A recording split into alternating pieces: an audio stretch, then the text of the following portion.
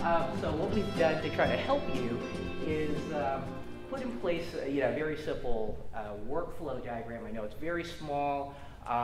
If you would like a bigger picture of this, I think we can certainly get that to you. Leave your business card for us at the end. But it really walks through some of the key points when you think that your organization has a breach on their hands. I mean, the first thing you've got to ask yourself, as I just mentioned before, is was it secure? Is it encrypted? Did we somehow have a wrapper around that PHI so that it wasn't really a breach? So you want to obviously involve your chief security officer, IT, in that determination and make sure we have the documentation to support that. The other is to make double sure that it was an inappropriate use of PHI. We get this a tremendous amount. I hate to say, both in-house from admins asking the question, and is it okay for me to send you, who sits right next to me in the same organization, this very confidential piece of information? I'm going, yeah, I wrote that. You can give it back to me.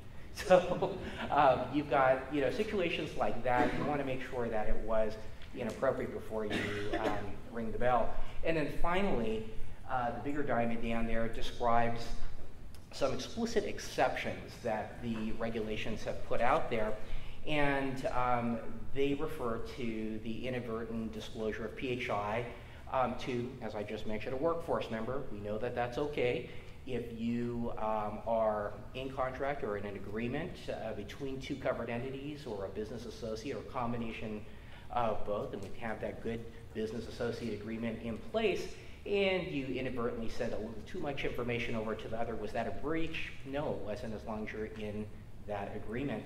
And then the final is what always makes me laugh, a inadvertent disclosure to a individual, a person, and they didn't have any, and we don't believe in good faith evaluation that they had any ability to retain that information. So the likelihood of it getting further disclosed, very low. I can only envision talking to a baby, and I'm pretty darn sure they wouldn't get it. So couldn't come up with a better example than that, but we want to guard against things like that.